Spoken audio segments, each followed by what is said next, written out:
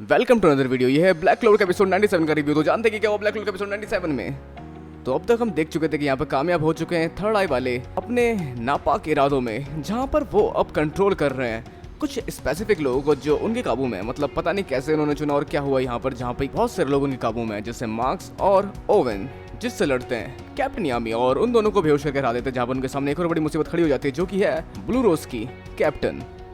तो अब आगे जहाँ पर राउडी गर्ल और एक ऐसा बड़ा अब आगे जानेंगे जहाँ पर राउडी गर्ल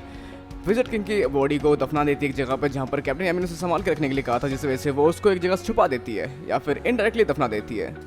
तो जहाँ पर उसे नहीं पता कि इसके अंदर क्या है, लेकिन आगे जहाँ पर हम जानते हैं कि क्या होने वाला था, मतलब लड़ाई होने वाली थी यहाँ पर शार्लेट के बेहतरीन मूव का टकराव कैप्टन यामी के डायमेंशन स्लैश से, जहाँ पर दोनों का टकराव होता है और यहाँ पर काफ़ी हद तक कैप्टन यामी रोक देते हैं उसके डैमेज को पूरे शहर को तबाह करने से, जिसके वजह से वो अफेक्ट करता है सिर्फ कैप्टन यामी को, जैसा कि लगता है यहाँ पर शार्लेट को, जिससे वो काफ़ी हद तक इम्प्रेस थे कि यहाँ पर कैप्टन यामी के वार का सिर्फ असर उनके हाथ तक हुआ, जहाँ पर इसका असर शायद जानबूझ के कैप्टन यामी उसके हाथ पे किया होगा, वरना वो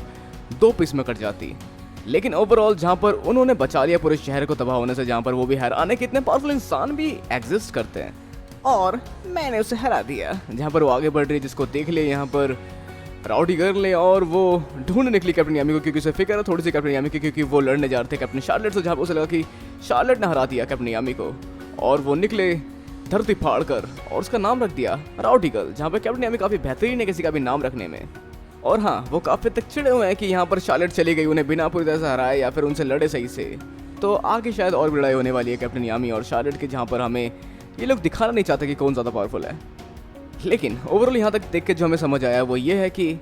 कैप्टन यामी काफ़ी बेहतरीन नाम रखने में। तो अगली बार हो कोई नाम का काम तो कांटेक्ट करे कैप्टन यामी को। और फिर आगे आज के इस एपिसोड में आगे हम देख पाते हैं कि 2 प्रिजनर आज़ाद हो चुके हैं जेल से इन बड़े बड़े झटकों की वजह से, जहाँ पर वो अब फ्री हैं, जहाँ पर वो दोस्त हैं, जहाँ पर दोनों ईवल हैं, जहाँ पर दोनों दुश्मन हैं, लेकिन उन दोनों को हराया सिर्फ उनके इनविंसिबल रूप के बावजूद आस्था ने, मतलब एंटी मैजिक बॉय ने। तो अब वो दोनों बस उसी बात को डिस्कस कर रहे हैं, जहाँ पर सामने आता है एक एल्फ जो कि किसी इंसान से दोस्ती नहीं करना चाहता, और पर्पल ऑर्कल के कैप्टन के मनाने के बावजूद वो हमला करने वाला था उन लोगों पे, जहाँ पर आखिर में इन दोनों के पास सिर्फ एक ही चारा रह जाता है, और वो है यूनाइट हो जाना, जहाँ पर दोनों मिलकर हरा देते हैं उसको या फिर काफ़ी हद तक कैद कर लेते हैं। तो जहाँ पर वो लोग भी आगे बढ़ रहे हैं इस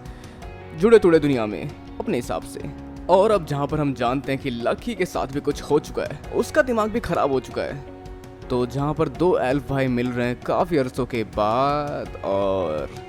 और जहाँ पर इसको अकेले लकी सॉल्व करना चाहता है, जहाँ पर पहला बार उसका चूक जाता है, लेकिन दूसरे बार को पहुँचने से रोकता है मिस्टर ब्यूटीफुल, और साथ में नोएल भी उसकी मदद करती है, जहाँ पर इसके बावजूद लकी काफ़ी खतरनाक और खूंखार है, जहाँ पर वो इन दोनों को मारना चाहता है। और हाँ, एक और रीज़न भी मारने का ये है कि वो दोनों रॉयल है, तो अपने SC/ST के सर्टिफिकेट तैयार रखे ताकि आप दिखा सके कि आप रॉयल नहीं है। और यहाँ पर राया भी काफ़ी हद तक भरोसा करता है आस्था के उस विश्वास पर, जहाँ पर उसने कहा था कि मैं सारी दुनिया को पहले की तरह नॉर्मल करूँगा, जहाँ पे किसी का किसी तरह से भेदभाव नहीं रहेगा, और इसके बावजूद वो उसको मारना चाहता है, क्योंकि इससे पहले भी मिमोसा के जैसे दिखने वाले क्या भाई यही बात कह के जा चुका था, जिसके वजह से अब उसे इंसान में भरोसा नहीं है, और वो उस गलती को दोबारा नहीं दोहराना चाहता, जहाँ पर वो हमला करने वाला है इसके वजह से आस्था के ऊपर, जहाँ पर वो यूज़ कर रहा है डार्क मैजिक और लाइट मैजिक का साथ में, और इसको रोकती है माना जोन के साथ मतलब मैरिलियोना, जहाँ पर इसके बावजूद वो अलग अलग तरह की टेक्निक यूज़ करता है, जहाँ पे बहुत सारा की मैजिक को एक साथ इस्तेमाल कर पाता है, जिससे यहाँ पर जैर्स और आस्था अपने आप को किसी तरह से बचाते हैं। तो यहाँ पर सब कुछ काफ़ी हद तक चल रहा था, लेकिन जहाँ पर सामने आता है रिल, जो काफ़ी समय से नहीं मिला राया से, लेकिन ये रिल नहीं, ये लीरा है, जिसको आस्था बिल्कुल नहीं समझ पाता, लेकिन बाकी लोग समझ जाते हैं कि यहाँ पे कुछ तो चल रहा है, जिसके वजह से बाकी सबकी लोगों की पर्सनैलिटी बदल चुकी है, जहाँ पर यहाँ पर आस्था की बकबक सुन के परेशान हो जाता है और उस पर वार कर देता है अलग अलग तरह की चीज़ों का, जहाँ पर वो लोग इससे लड़ते हैं, जहाँ पर जैर्स भी काफ़ी हद तक इनकी एक ट्रिक को अब्जॉर्ब करता है, जहाँ वापस उस जहरीली गैस को बाहर छोड़ता है, जिसके आड़ में यहाँ पर अपने डीमन फॉर्म में आकर आस्था अटैक करने की सोचता है रिल के ऊपर, जिसके वजह से शायद उसका ये मैजिक टूट जाए, जिससे वो अपनी पर्सनैलिटी भूल चुका है या फिर अपनी पर्सनैलिटी में बदलाव ला चुका है। लेकिन उसके किसी तरह से उस पर खरोच लगाने के बावजूद कुछ नहीं हुआ, क्योंकि ये मैजिकल पावर काफ़ी पावरफुल है, जो कि री इनकार्नेशन मैजिक है, जहाँ पर सोल चेंज हो जाती है, जिसके वजह से इसे रिवर्ट करना इतना आसान नहीं है। तो जहाँ पर यहाँ पे शायद जैर्स का कहना ठीक है कि हमें यहाँ से वापस भागना चाहिए, जहाँ पर हम शायद कोई तरीका सोचेंगे जिससे हम इन्हें हरा सकें या फिर रोक सकें, क्योंकि इसमें अपने साथी पे जिसको हम नहीं मार सकते। और जहाँ इस बात को सुनकर उनकी मदद करती है सिस गिलियन, जो कि उन दोनों को बाहर फेंक देती है, जहाँ पर शायद वो बाद में उनके पीछे बिल्कुल भी नहीं जाने वाली, क्योंकि वो अब यहाँ पे काफ़ी अलग है। जहाँ पर उसने यहाँ पर मदद तो की उन दोनों बच्चों की, लेकिन इसलिए क्योंकि वो दोनों शायद इनके रास्ते में आते, जहाँ पर आज तो शायद इनको रोकता उन लोगों को मारने से। जहाँ पर ये अब क्रेजी है, जहाँ पे एक पागल शेरनी है जो इन सबको मार देगी, और जहाँ पे काफ़ी हद तक मुझे सीरियस भी लग रही है। लेकिन हो सकता है ये काफ़ी हद तक कैप्टन यामी की तरह उन तीनों को बेहोश कर दे, जैसे उन्होंने किया था उन दोनों के साथ। तो देखते हैं एट द एंड क्या होता है,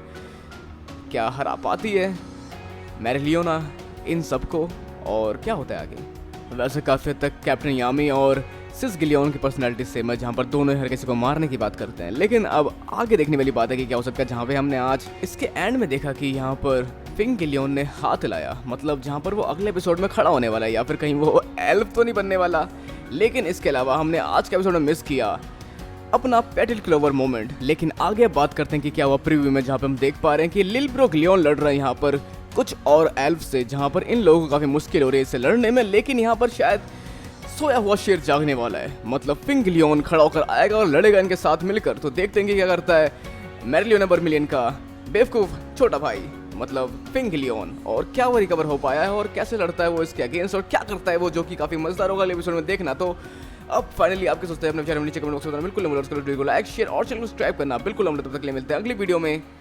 sayonara and have a nice day.